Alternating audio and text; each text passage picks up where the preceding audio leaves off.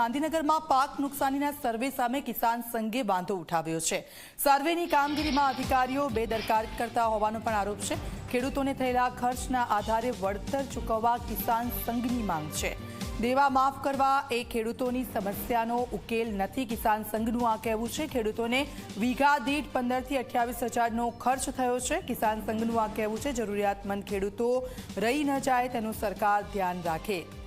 તો દેવા માફ કરવા એ ખેડૂતોની સમસ્યાનો ઉકેલ નથી, કિસાન સંઘનું આ કહેવું છે। વર્તમાનની અંદર ક્યાંક સર્વે પણ થઈ રહ્યું છે। સર્વેની અંદર ભારતીય કિસાન સંઘ ગુજરાતના અનેક જિલ્લાઓની અંદર પથરાયેલું સંગઠન છે। ક્યાંકના ક્યાંક અધિકારીઓ પણ જે જીઆર થયો છે એની આડમાં ક્યાંક ગઈકાલે પણ અરવલ્લી જિલ્લાથી પણ ફોન હતો કે કેટલાક પાકોનું સર્વે કરતા નથી, ક્યાંક એમને ઊભી મગફળી દેખાય છે એનું પણ સર્વે કરતા નથી, પરંતુ એમની એ અજાણતા છે। ક્યાંક ઊભી રહેલી મગફળીની અંદર પણ પાકની અવસ્થા પૂરી થતાં એ મગફળી પણ ઉગી ગઈ છે। ક્યાંક ડાંગર પણ નીચે પથરાયેલી છે, એનું પણ સર્વે બરાબર થવું જોઈએ। સાથે સાથે સોયાબીનનો પાક ઊભો હોય છે તો એને પણ વળતરથી એને પણ સર્વેમાંથી બાકાત રાખવાના કેટલાક અહેવાલો રાજ્યના અલગ અલગ કાર્યકર્તાઓના માધ્યમથી અમારા સુધી પહોંચ્યા છે। અમે પણ ત્યાં સ્થાનિક જિલ્લા અધિકારીશ્રીઓને વિનંતી કરી છે કે રાજ્ય સરકારે તમામ પાકોનું સર્વે કરવાનો આદેશ આપ્યો છે, એટલે કોઈ પણ અધિકારી આ બાબતથી જો કોઈ આનાકાની કરશે તો ભવિષ્યમાં એ અધિકારી સામે પણ ભારતીય કિસાન સંઘે પગલાં લેવા પડશે અને એના અધિકારી વિરુદ્ધ પણ રાજ્ય સરકારને જાણ કરવી પડશે કે આપણા આદેશનું ઉલ્લંઘન કરી રહ્યા છે। તો આપણા માધ્યમથી એવા અધિકારીઓને પણ વિનંતી છે કે રાજ્ય સરકારે તમામ પાકોનું જ્યારે સર્વે કરવાનું કીધું હોય એટલે કોઈ પાક વંચિત ન રહી જાય તે દિશામાં અધિકારી પણ ધ્યાન રાખે। માત્ર દેવા માફી એ સમસ્યાનો ઉકેલ નથી, એટલે ભારતીય કિસાન સંઘ સ્પષ્ટપણે માને છે કે દરેક ક્રોપ વાઇઝ ખેડૂતે જે 15થી લઈને 28,000 રૂપિયા સુધીનો જે ખર્ચ કર્યો છે એ ખર્ચને ધ્યાને રાખી અને સરકાર વળતરની જાહેરાત કરે। તો કિસાન સંઘે અનેક મુદ્દાઓ છે તે ઊભા કર્યા છે અને અધિકારીઓ બેદરકારી ન રાખે, ખાસ તે બાબતની વાત કરી છે। સીધા જઈશું હિતલ અમારી સાથે જોડાયેલા છે। હિતલ, સ્વાભાવિક છે કે સર્વેની કામગીરી ચાલી રહી છે અને વહેલી તકે ખેડૂતોને વળતર મળે તેવી કામગીરી કરવામાં આવી રહી છે, પરંતુ કિસાન સંઘનો એક પ્રશ્ન એ પણ છે, અધિકારીઓ બેદરકારી ન રાખે અને સરકાર સુધી આ વાત પહોંચાડવી ખૂબ જરૂરી।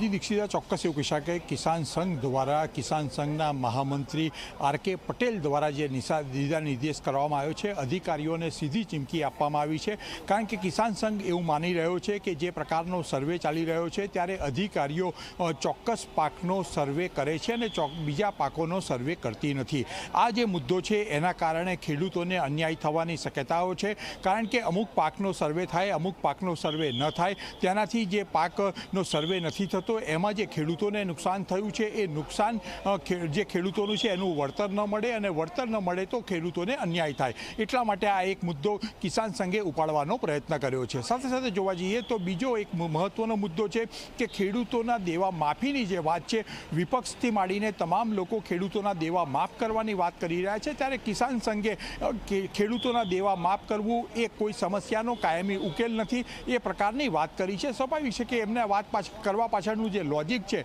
એ લોજિક એવું છે કે ગરીબ ખેડૂત છે, જે ખેડૂત ગરીબ હોય એ ખેડૂતને બેંક પણ કે મંડળી પણ લોન નથી આપતી, ત્યારે એવા લોકોના દેવા માફ નહીં થાય અને તેઓની મુશ્કેલી યથાવત રહેશે, એટલે માટે દેવા માફી એ કાયમી ઉકેલ નથી એ પ્રકારની વાત તેઓ દ્વારા કરવામાં આવી છે। ચોક્કસ જે પ્રકારે વીઘા ઉપર જે ખેડૂતોને ખર્ચ થયો છે એ ખર્ચ ચૂકવવાની માંગણી કિસાન સંઘ દ્વારા સરકાર સામે કરવામાં આવી છે। ક્યાંક ને ક્યાંક કિસાન સંઘે એક લોજિક એવું આપ્યું છે કે પાક વીમા યોજના જ્યારે ચાલતી હતી અને તેનું પ્રીમિયમ ભરાતું હતું, એ પ્રીમિયમ છેલ્લા વર્ષોથી નથી ભરાયું, એના કારણે રાજ્ય સરકાર અને કેન્દ્ર સરકારને ફાયદો થયો છે। રાજ્ય સરકારને એકલાને જ 18,000 કરોડનો ફાયદો થયો હોવાની વાત કિસાન સંઘે કરી છે, એની સામે કેન્દ્ર સરકાર પણ એમાં પોતાનો હિસ્સો આપતી હતી, એટલે આ રકમનો પણ કેન્દ્ર સરકારને ફાયદો થયો છે। એટલે કિસાન સંઘની સ્પષ્ટ માંગણી છે કે રાજ્ય સરકાર અને કેન્દ્ર સરકારનો જે ફાયદો થયો છે આ વખતે ખેડૂતોને જે નુકસાન થયું છે એ ભેગું કરીને ખેડૂતોને